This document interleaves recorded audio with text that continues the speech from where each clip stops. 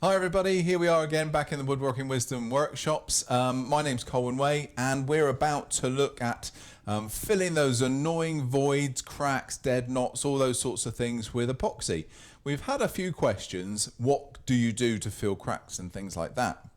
And before epoxy, it's always been a bit of an issue where if you fill them with filler and things like that, you've got the movement in the timber, so they create another void between the filler, and in time it always tends to sort of deteriorate really.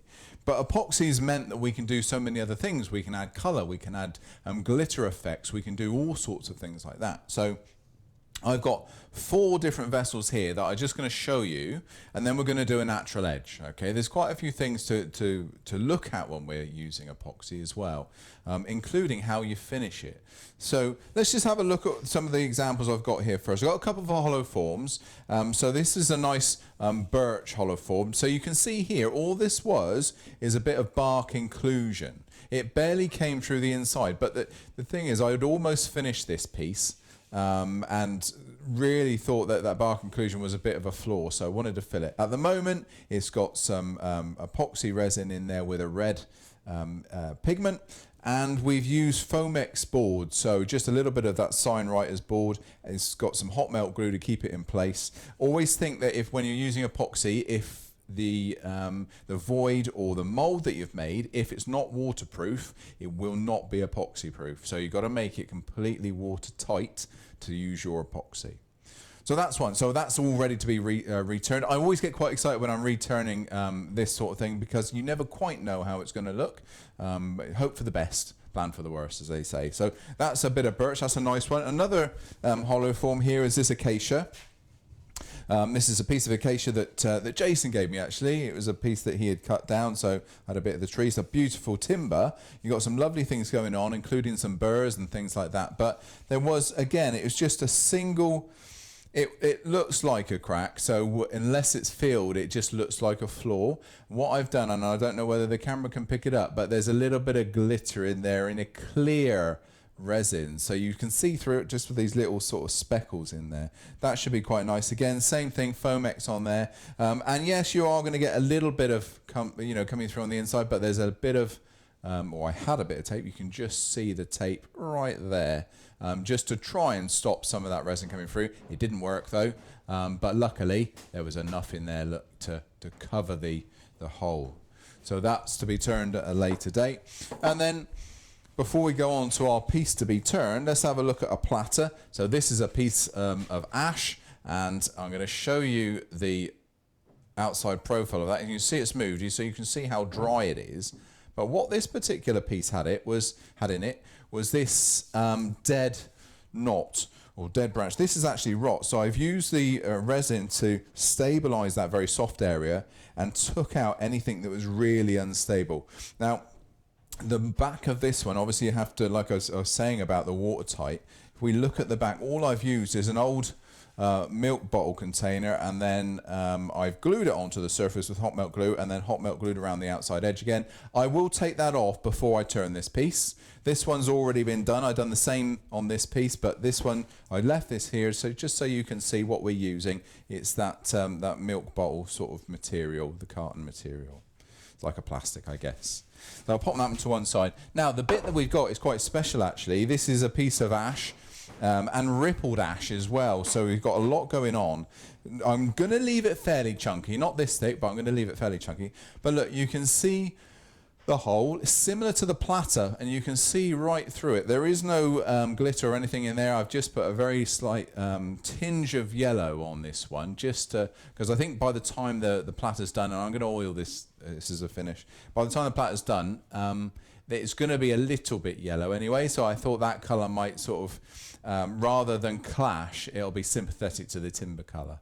A couple of things I've got to do though. I've got a set of hollow form jaws here, and I've got those on purely because they're very deep. This bowl has moved in its drying, and the foot's gone slightly oval. So my first job is to cut a recess in here, so I can then use the chuck to grip on and expand. And the reason I've gone with the big long jaws here, so I can do that without the chuck key fouling on the outside edge. Okay, so that's my first job. Do a recess that I can hold with that jaw. Now, I'm going to double check the grip on there, because remember, I'm gripping an oval. I'm not going to go too fast because I don't know what to expect. So nice slow speed, a decent length of tool rests, of course, so I can get in there. I've already measured the diameter that I need to produce a recess to, and it's 4.5 inches. So I'll set my dividers to 4.5 inches. There's a lot of sanding to do on this one. There's a lot of turning to do on this one. But it's quite exciting, this. I do enjoy this sort of turning. We're not quite sure what's going to happen, what it's going to look like when it's finished. Oh, by the way, we're not going to have a finished foot on this one. I'm going to have completely smooth backside to this bowl. So this is just going to be a really nice smooth surface. No foot, no feature. We'll take that off right at the end. So, which means it'll rock around a little bit. This isn't a bowl that's going to contain food or fruit or things like that. This is purely going to be a decorative bowl, just there to stand on the shelf as a conversation piece. Lay speed to 0, turn the machine on and very slowly rotate. Remember, we haven't got an ultra stable base, so I'm being careful as always. And just a little bit of a mark. That mark is actually enough. You can see it in the camera, I can see it where I am. I don't need it to be solid. And so now let's go with a bowl gouge, and I'm going to take some small cuts initially. It's quite disconcerting. I can see all the way through that bowl, but I know it's solid. It's just the resin that I can see through. So I want to get down to a solid surface, and I'm going to have a slight dovetail to my inner recess.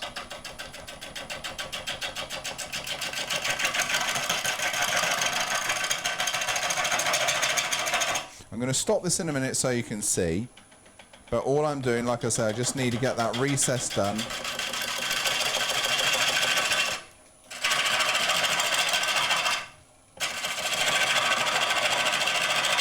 So let's have a stop, we'll have a look. Okay, I think I can probably get a hold in there. I'll just take one more of those cuts though. Just to give us a bit of depth.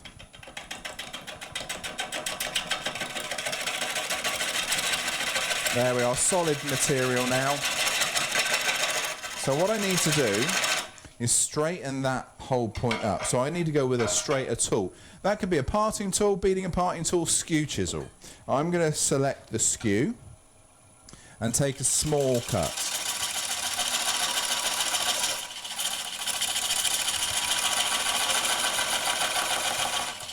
So I've got a nice straight wall there. Now let's stop and have a look at that one.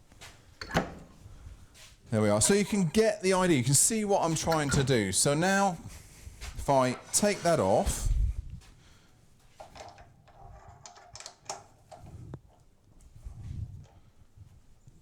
and reverse the bowl,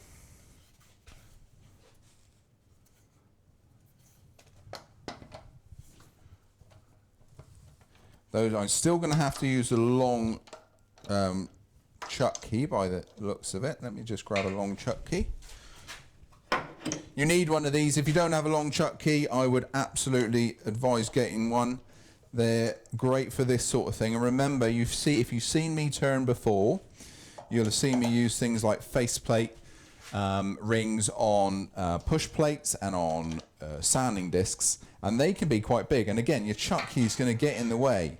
So it's quite important that you have a means to give you some length away from the chuck. There we are. That's good. Okay, now we can start turning. Now, the foot that I've got there at the moment's all over the place. I'm going to recut the foot to another set of jaws, and I'm going to select the C jaws. One of my go-to sets of jaws, this one. And don't forget, I want to have that foot eventually gone. So I want to create that curve all the way around. So I'm just going to shape the foot first before we carry on. So again, dividers, I'm going to measure. It's 58 mil. I know I've done this before, so 58 mil. So we're going to go 29, I'm guessing. I'm not guessing.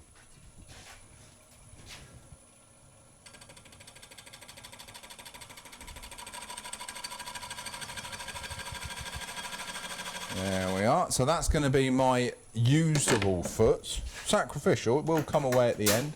Let's go with a parting tool. Chuck out the way again. Go with a parting tool, we're just going to cut that foot in.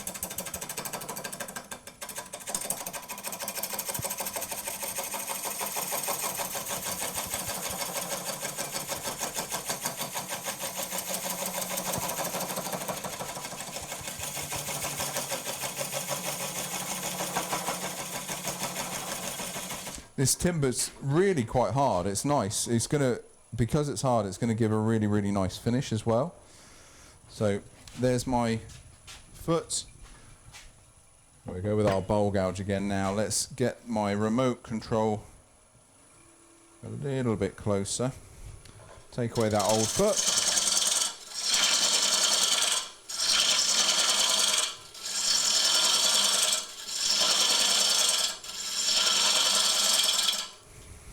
And start roughing that uneven surface away.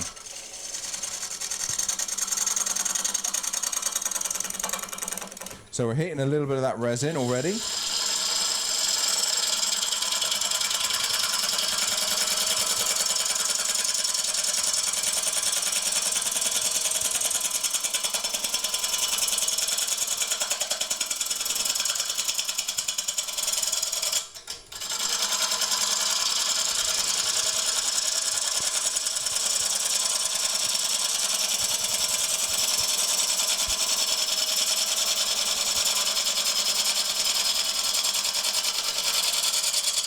There we are. I'm going to go to a bigger gouge now. I need a little bit more of a sizable bevel. I want to ride the bevel.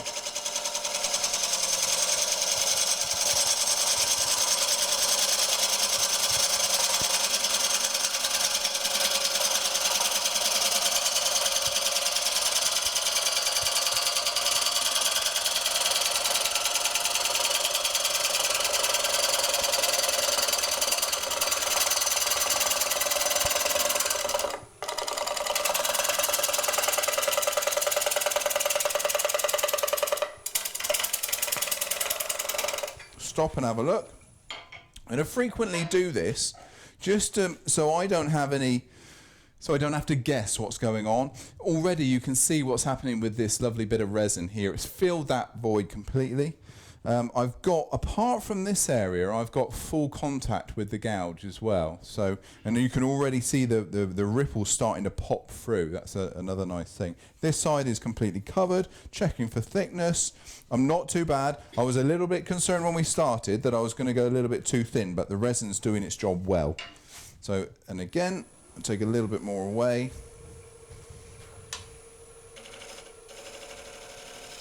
This time I'm just going to try and improve the finish, remembering that we've got a little bit more to take away from the very edge.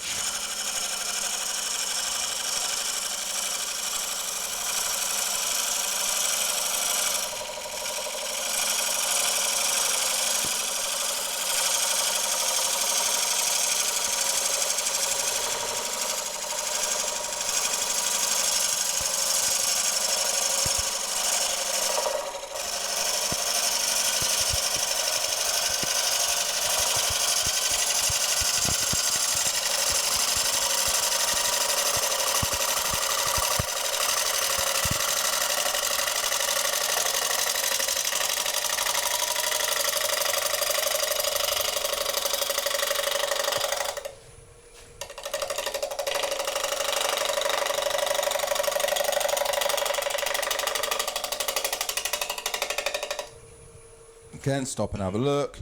Can't check often enough. Everything's working really nicely on this piece. I know I shouldn't speak too soon. Little bit to go there, but we're pretty much where I want to be at this stage. One more cut, still a little bit of the old material to come away.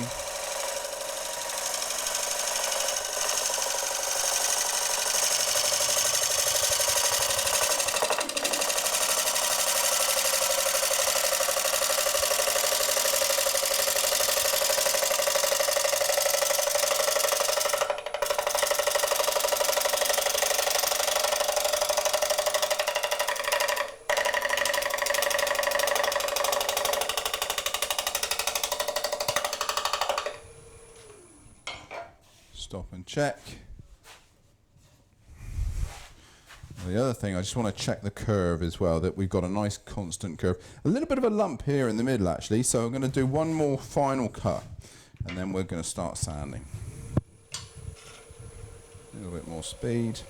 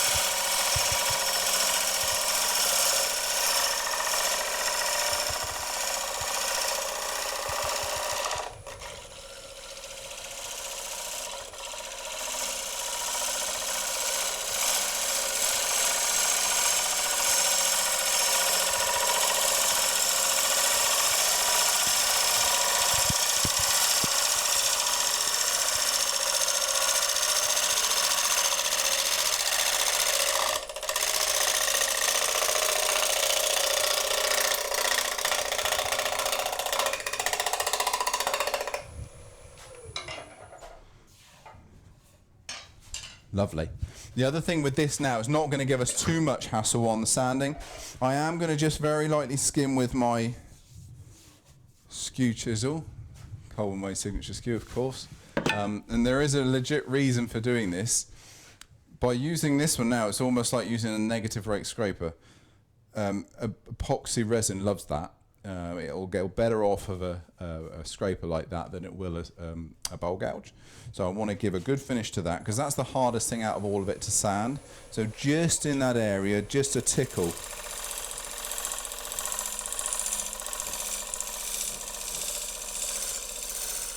And literally I'm not going to worry about any of the rest of it, just where that epoxy is.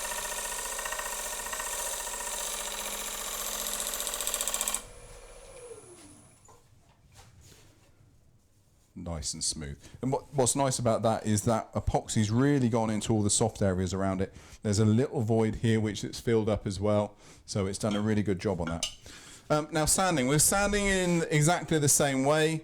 We're not going to worry about water on this instance, but if you wanted to, you could isolate that area and use wet and dry on that area only.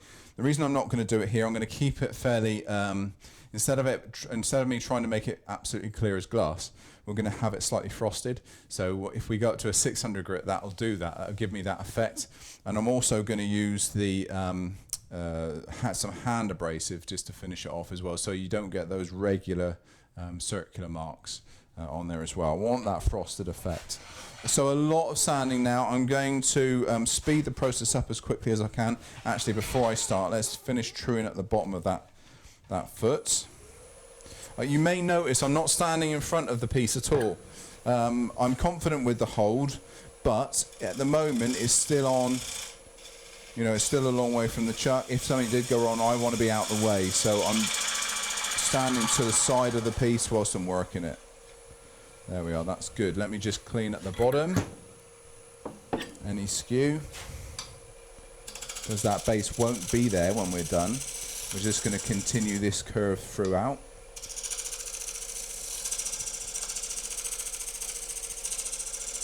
There we go. Right, sanding. So we're going to start with our regular hand sanding and go up to 400, go up to 600, and then we're also going to include some rotary sanding at the same time. Dust extraction, of course, is going to be running non-stop.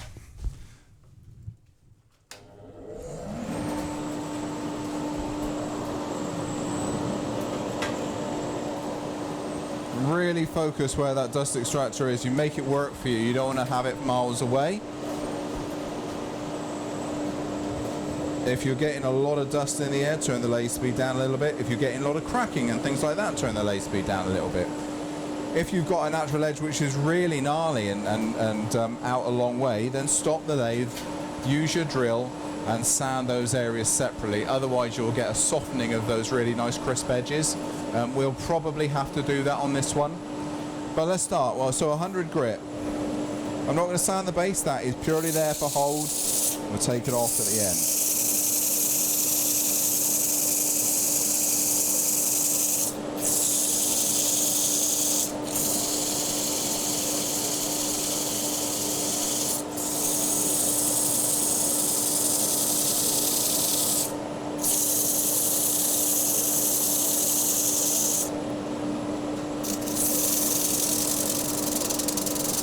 So I'm just really forcing that paper to make quite a stiff wall across my fingers, so bridging it, not putting my fingers in harm's way, just making a nice solid surface of the abrasive.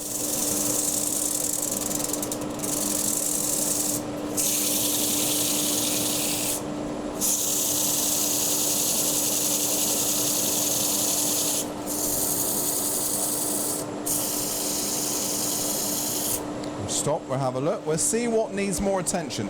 So a little bit of tearing here, but to be quite honest, that's probably about the worst bit. The timber's really looking after me.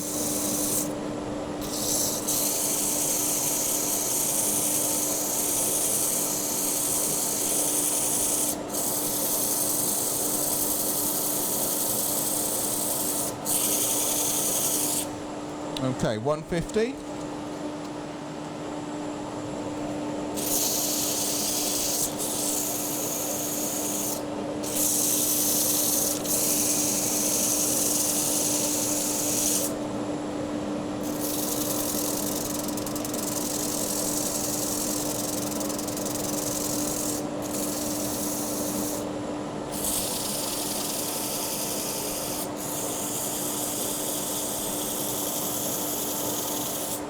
And now we're going to go to rotary. So I'm going to go 75, so 3-inch rotary disc. We're going to use the drill as well.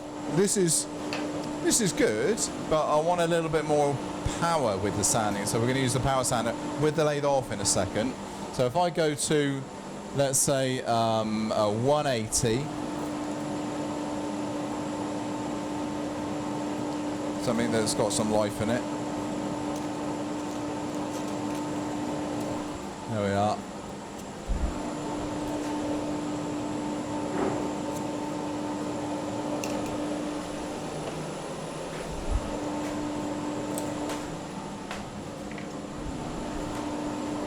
A little bit of power.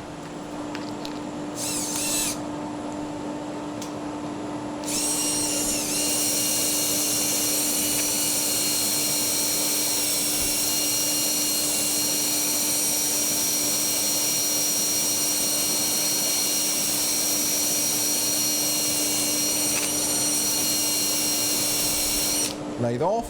Let's have a look, see if I've got any of those normal sanding marks there. If we haven't, then we can carry on. So what I'm doing here, I'm just rotating by hand, making sure all the marks are gone.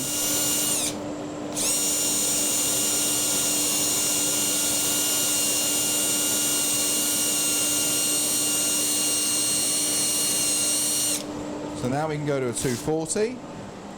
And we can repeat the 240 both on hand sanding and the rotary as well.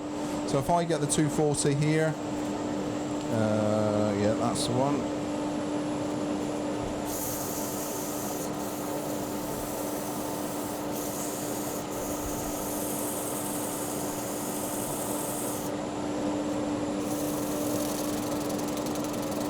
And I like to crisscross the abrasive rather than just use one method.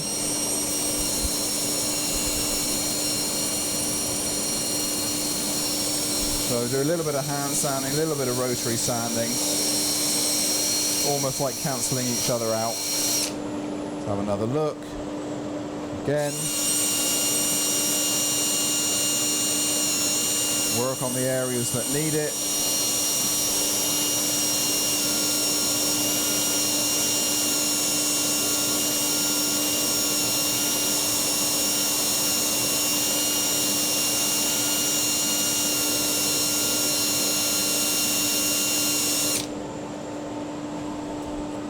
And then we're going straight to 400. I'm not going to bother by hand sanding now.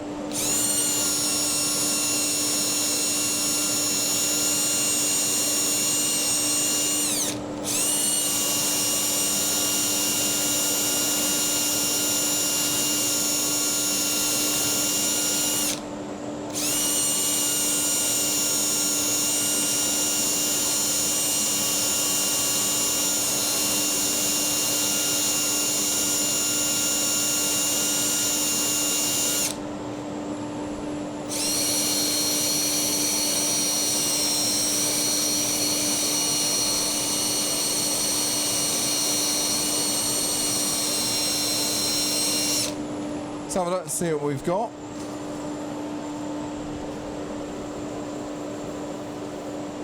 So I'm going to do a little bit of hand sanding just on the resin.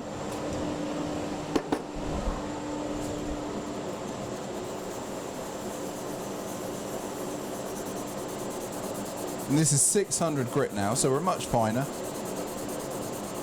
And you can keep going with this. The beauty of finishing in this way, if we now use, say, a wet and dry 800 up to 1000, that'll give you an even better finish. You can introduce water, you can cut with oil, but we're going to put an oil finish on this.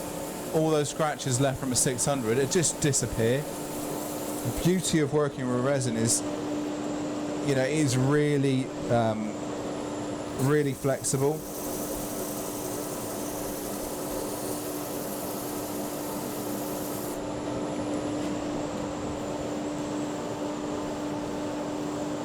Lovely. Really, really nice bit of timber. We've got some massive ripples there. Okay, I'll show you. If I put some finish on, and I will have to refinish this, but just to show you those ripples, how they jump out and how clear the resin goes, we'll put a little bit of finishing oil on.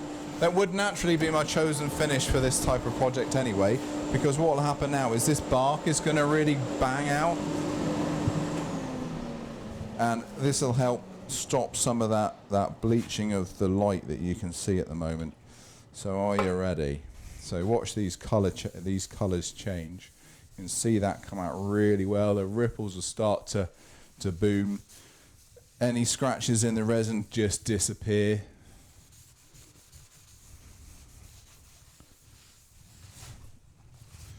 More.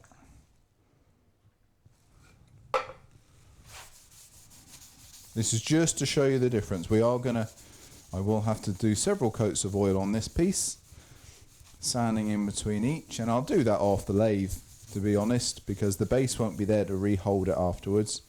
Now look at those lovely ripples. You can really see them well. They're pinging out. The more coats of oil you put on, the shinier you're going to get as a finish. You may not want to have a shiny finish, of course, so stick at just a couple. There we are.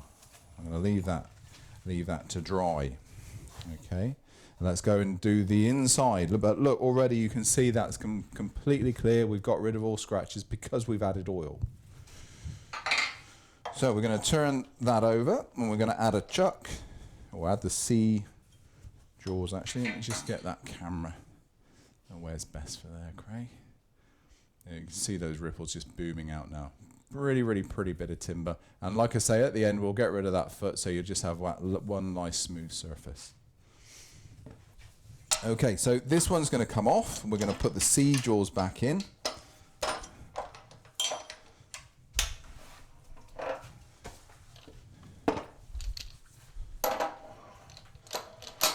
And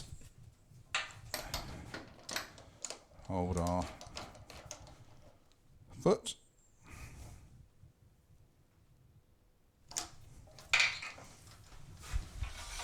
I want to say this is the easier bit now because we've got a form to follow. The timber's making it that way. It is still an uneven surface on the inside, so our first few cuts are careful. I'm not going to go all the way down at this stage. What I need to do is make sure that I get the first section to thickness. Make sure everything's nice and tight. Lathe speed to 0 and restart. We're going to start with a nice big gouge.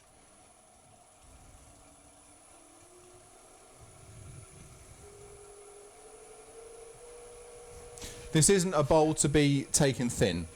It's not the right shape. So we're going to probably keep it a good 1/4 inch, so 6 mil, if not 3/8 to 10.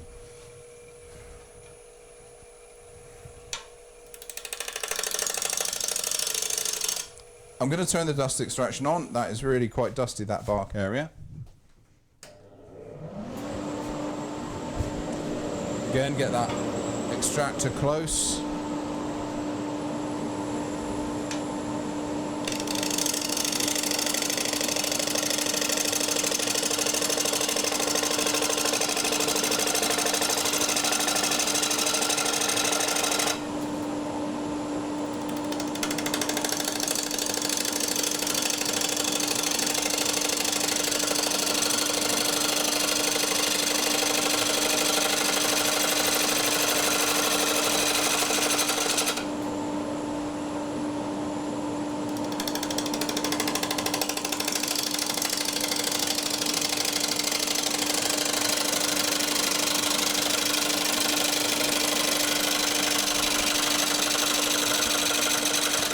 So let's stop and have a look. Our first section done. And do you know what? I'm quite happy with the thickness. However, I've gone a little bit thinner the further down I've gone, so I'm going to have to correct that now. So I've got to change that curve.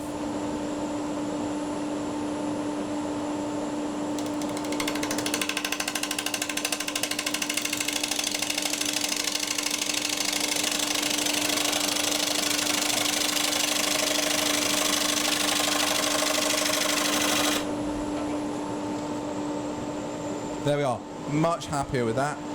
That finish is good, so we're okay with that initial finish. Now I'm just going to do the next stage and then keep going. Same thing each time.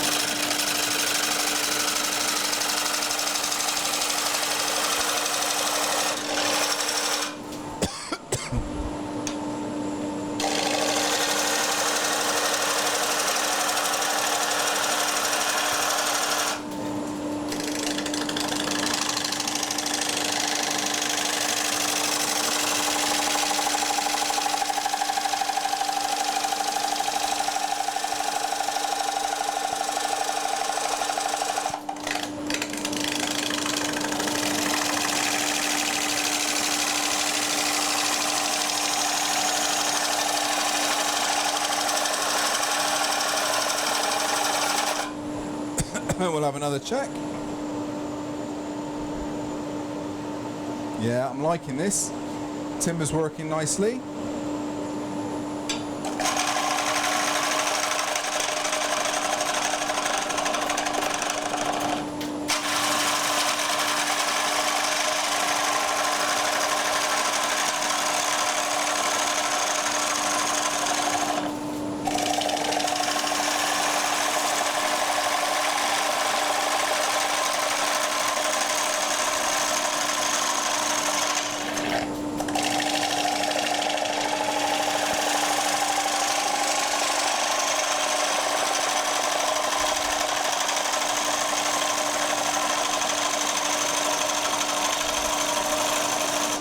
Stop. We're going to have a check. Do another pinch check. You can get some calipers in there if you want to. I need to go a little bit thinner from about that position. So I'm riding the bevel.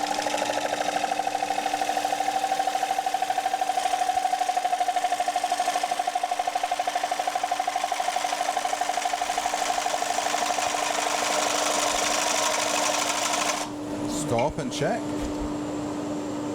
Now the actual resin void there is giving me some good indications of how even I'm getting this this section. So again, I just need to go a little bit thinner as I get further down.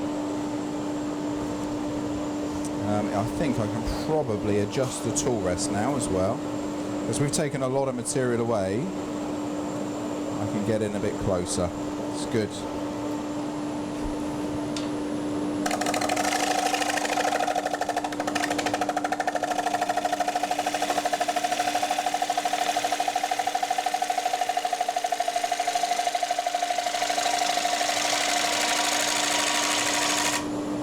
Another check. That's me. That's it. That's good. I'm happy with that.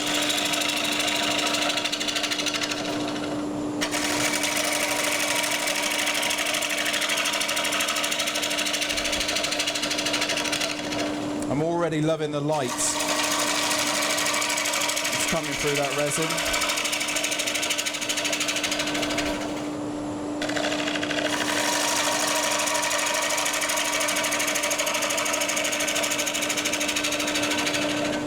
This is a 1/2 inch bowl gouge here.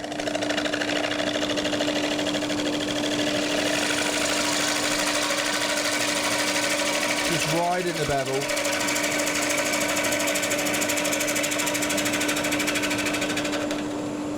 Just a little bit careful. When you get to center, if you take a big cut there, you can literally tear out the grain.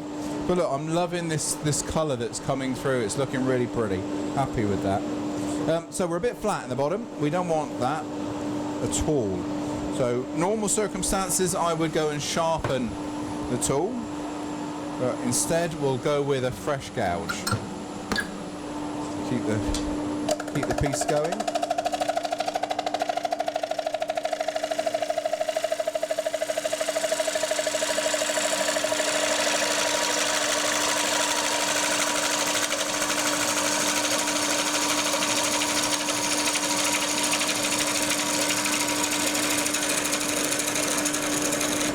So let's just ease off. Take a smaller cut. Don't want to tear anything.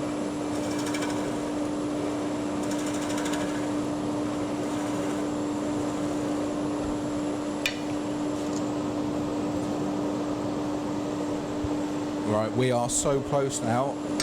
Again, just the skin.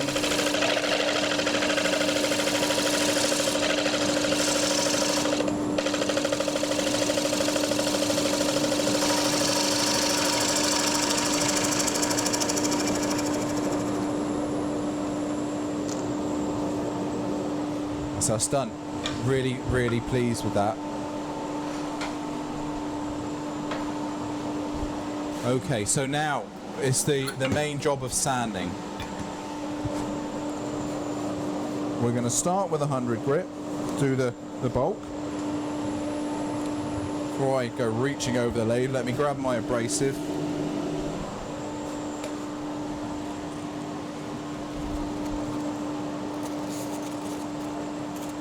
Starting with the 100. Like I said, I'm fairly lucky. The timber's looking after me.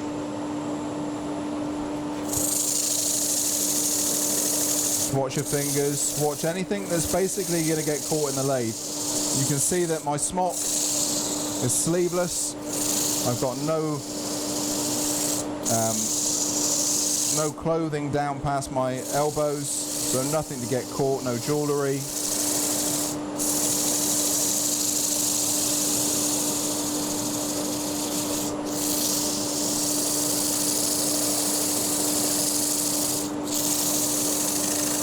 I'm not going to go any further than that because that will just take my fingers with it. So I'm going up to the solid and stopping. We'll do that with the lathe off in a moment.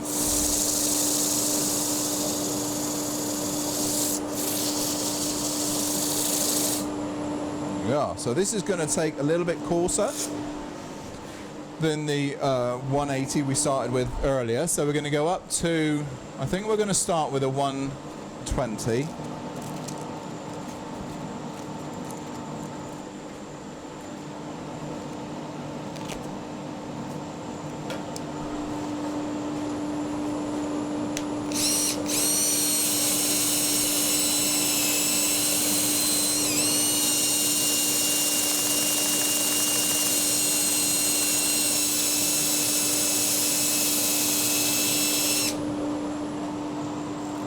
Then up to the 180. The 180 now, with the lathe off, will coat with the edge. I hope you can see that all right. That's looking good. Any transition areas, there's a little transition area there. Basically where we started a fresh cut with the gouge. They need to be sanded out.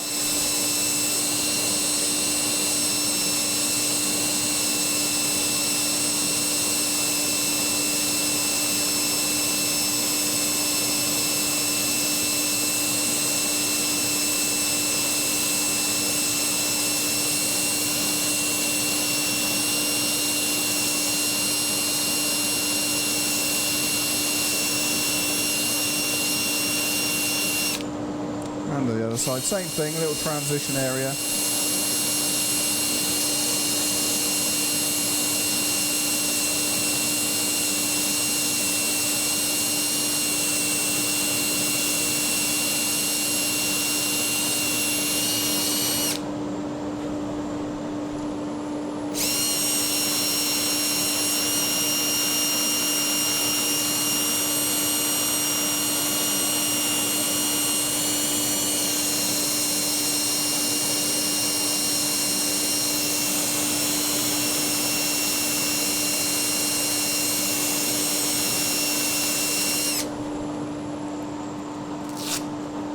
240.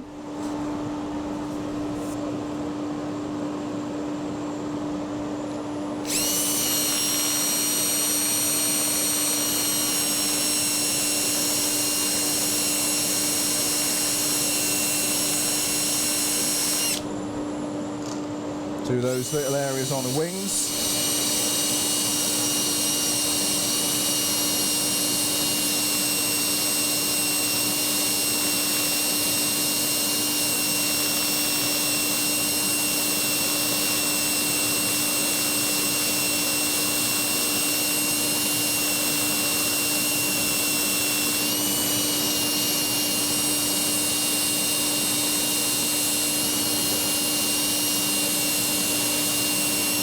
Now we can go to 400 and we're nearly there. All we got to do is just turn the piece around, take the foot away.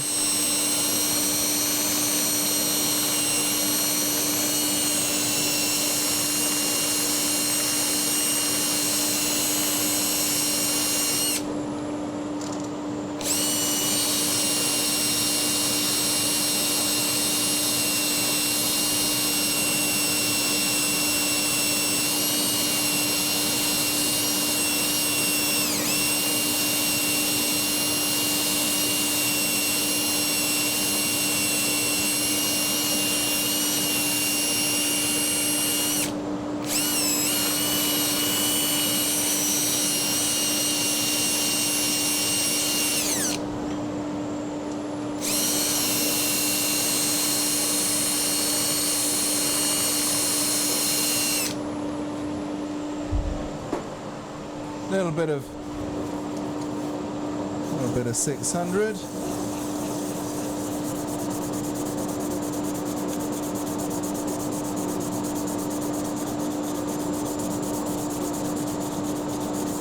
And just to show you the colour change, we'll oil that one up again. I would brush this on normally because I want to get all the oil into this bark, really make that bark ping out. But we'll just we'll rag it on for this instance. If you've never done a natural edge before, regardless of whether you're using it with resin, just stay small. Start with small natural edges before you progress to anything big like this one. This one was rough turned way back, probably about a year ago now, and it's obviously let it move, so this is going to stay quite stable now. Look how lovely that and clear that goes now. You can sort of start to see behind it. Really, really pretty bit of timber.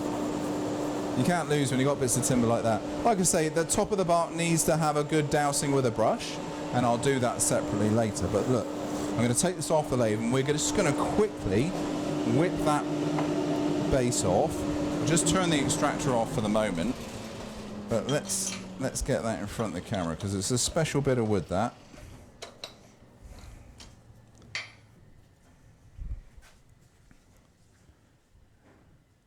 You can see the ripples in that timber, really nice. And the resin now is added to it, but without the resin there would have just been a big hole there, and most people would have viewed that as a flaw. I quite like that now. It's going to take a little bit of polishing, a little bit of buffing up. Oh, that's a good shot. Well done. Look at them ripples. I like that as a nice bowl, just a simple bowl to look at. It's quite a pleasing piece, pleasing shape as well. So that's what we've got to take off now, this base here. Nice and simple. Oh, I keep saying simple, I mustn't say simple. Not tricky. I've got a piece of timber that I prepped up on a faceplate. All I want to do, can't use a push plate because it's not a flat surface. That I couldn't push against anything flat, obviously, because it's curved. So we're just going to create a nice little drive dog. Just shape that foot, put a little bit of tissue, a little bit of router matting would be better. Don't have any router matting at the moment, so we'll use some tissue instead. Now, all I want to do is a curve. You're not sacrificing a bowl blank, just rough a curve out.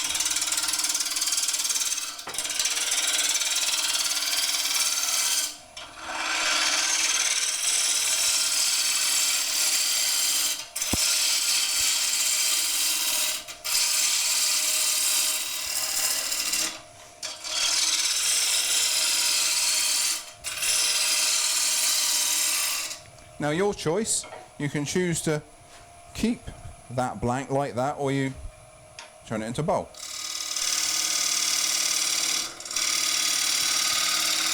Take that out of the way. Right, let's just have a look and see what the fit is like. Nothing special. Oh, you know, I'm happy with that. So we need to have our tailstock in position.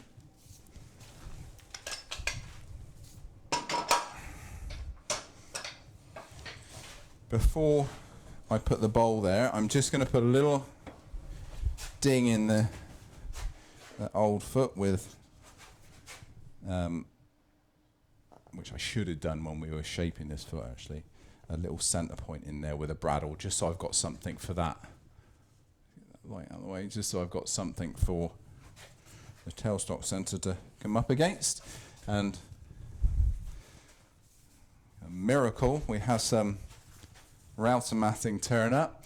I'll just cut that down to size a little bit. Well, what you don't want to have, of course, is it flapping around all over the place, so I reckon probably half that would be good. Always have some router matting at hand. Comes in nice big lengths, in a nice tube, and I'm using all shapes and sizes quite frequently for this very job. So this is a variation on your push plate, except obviously we're not pushing a flat surface, we're pushing this nice bowl form.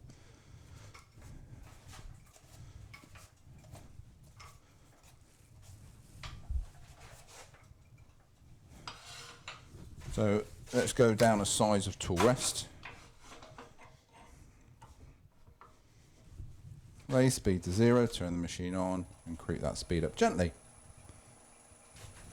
Small bowl gouge, and I'm not going fast.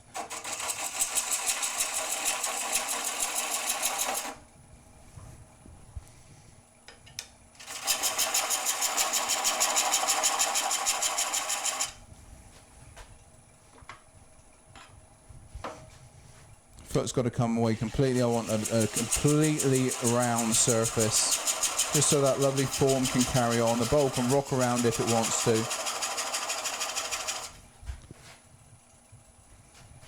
Stop and have a check. That's grand. Little bit of hand sanding before we take that off. Don't want to do too much. So dust extraction.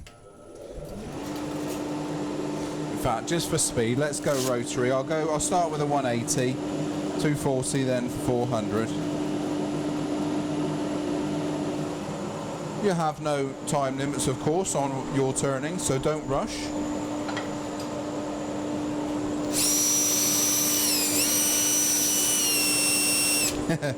We won't use the rotary because I can't get it in there. We'll use it when we take it off in a minute.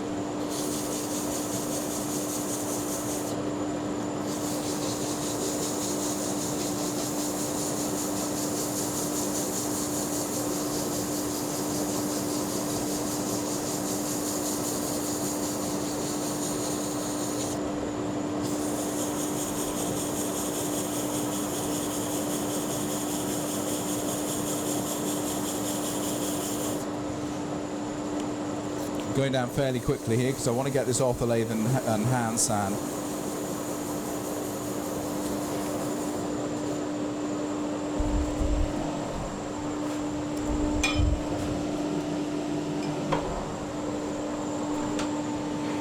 So once you've done that, of course, you'll have a little bit where the centre was. So all we're going to do there, keep that router matting, pop it on the bed of the lathe. I'm going to start with a coarse 120. I'm going to take that big lip away. So you need to brace the drill against your body here, really.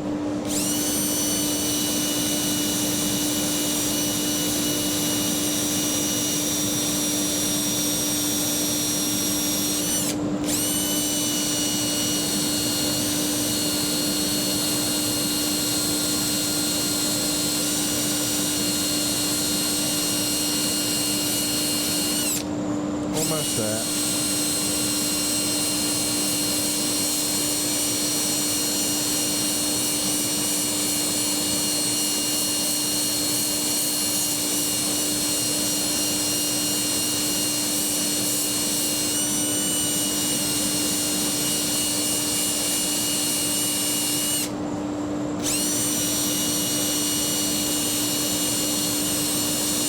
Well, that was a 120. We'll go down to 180, and then we can work our way through. In fact, no, we won't. Let's go straight to a 240. I reckon that'll be good enough.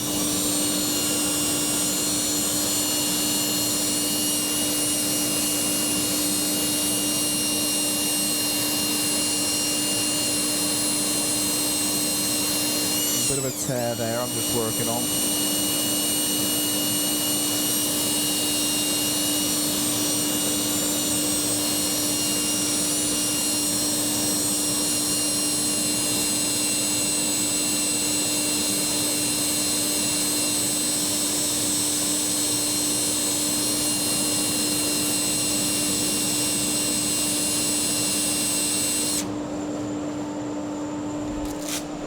And lastly, onto the 400.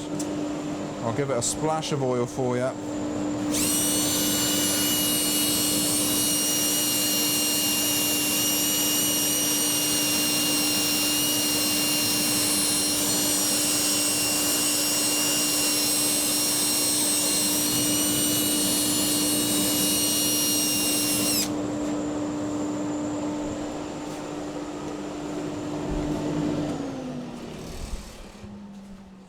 I'll just give them a bit of a dust off before we put any oil on.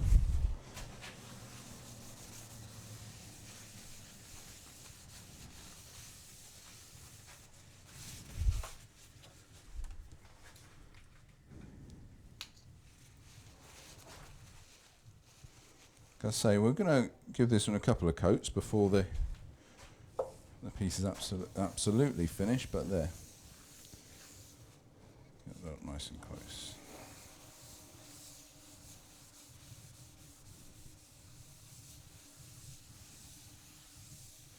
So there's no base on there at all. It'll sit on the table. Let me see if I can get it rocking a little bit on there. There we are. It's a nice little rocky bowl. Lovely bit of resin in. We've saved what would have been quite a flaw, and we've turned it into a really nice little feature, that little hole in the base there. Like I say, a few more coats. I need to get a bit of oil around the edge, just to get rid of all that dust, maybe give it a dust off with a blower, that sort of stuff. But there we are. That's my little resin-filled natural edge ash rippled bowl. So quite a mouthful there. So I hope you've enjoyed that, everybody. That was a nice, fun project. Some projects you just get a sense of happiness when you're turning them, and I was really looking forward to doing this one for you. So if you like what you've seen, give us a thumbs up, subscribe to the channel, and share with as many friends that you can. So once again, thank you for watching, and we'll see you next time. Bye-bye.